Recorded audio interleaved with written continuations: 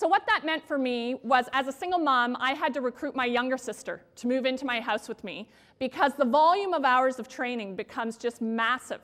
And we have to train in the darkness because this race is 24 hours a day. So a typical day for me at that time, I would get up at about 4:30 in the morning. I'd rush down to Lake Ontario, near where I live in Mississauga. I'd meet our paddling coach and my team, and we'd paddle for a couple of hours in the morning. And then I'd rush back home. I'd get my kids out of bed. I'd get them off to school. I'd get showered. I'd go to work. I'd try and do a weight training session at lunch.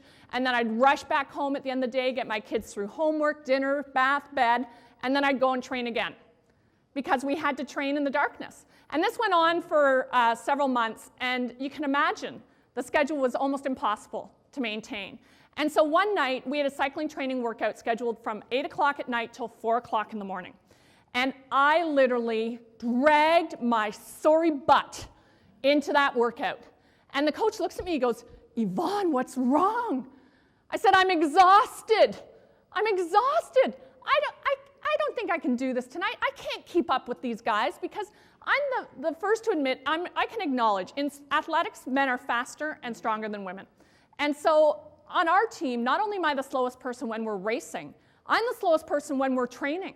So even just to do a workout with these guys, for me, always felt like it was pushing me just a little bit, too hard. And so I said to the coach, "I don't even want to try and keep up tonight." And he looked at me, what he said to me that night has impacted me so much since, and I love sharing it. So he looked at me and he said, "You know what, Yvonne?"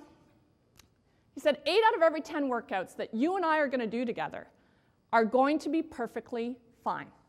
You're going to show up, you're going to get on the bike, you're going to do the workout, you're going to go home afterwards, you recoup, you recover. It's exactly what you and I both expect." He said, "But 1 out of every 10 workouts that you and I are going to do together is going to be complete crap. You're going to hate it. You're going to hate every second of it. You're going to get on the bike and immediately feel like there's something wrong, maybe a mechanical issue, or your legs are too heavy. You feel like you have concrete blocks for feet. You can't get enough oxygen. Everything is working against you. There's a headwind. It just feels like nothing you can do can make it better." And he said, "The only thing I'm going to tell you is on those days, just give yourself a little credit for showing up and then go home, do the workout, and then go home." He said, "Because 1 out of every 10 workouts that you and I are going to do together is going to be incredible. It's going to be amazing. You're going to get on the bike and feel fast. It's going to feel good. You're going to want to explore it." He said, "On that day, you've got to promise me you're going to push it. You're going to push it because you want to figure out what it is you are capable of when you're doing it at your best." And I walked away from that conversation, and I can tell you, it's been like having my eyes opened up to the fact that, so many of us make the mistake of evaluating ourselves on the 1 out of 10 days when we're total crap. When we look at ourselves in that light and we think, "Oh, these are my true colors. This is why I can't ever do or have."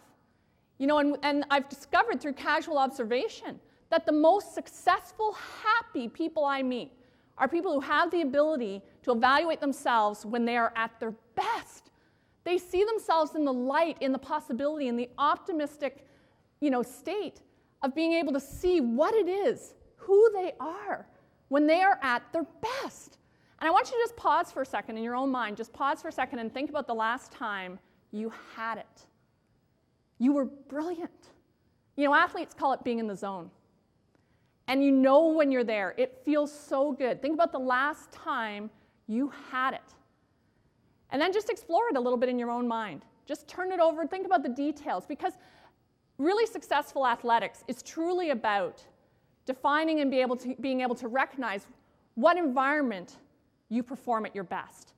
And paying attention to the details. You've probably heard, some of us are even superstitious about the order we put our clothes in, or, how we set up before we start a race.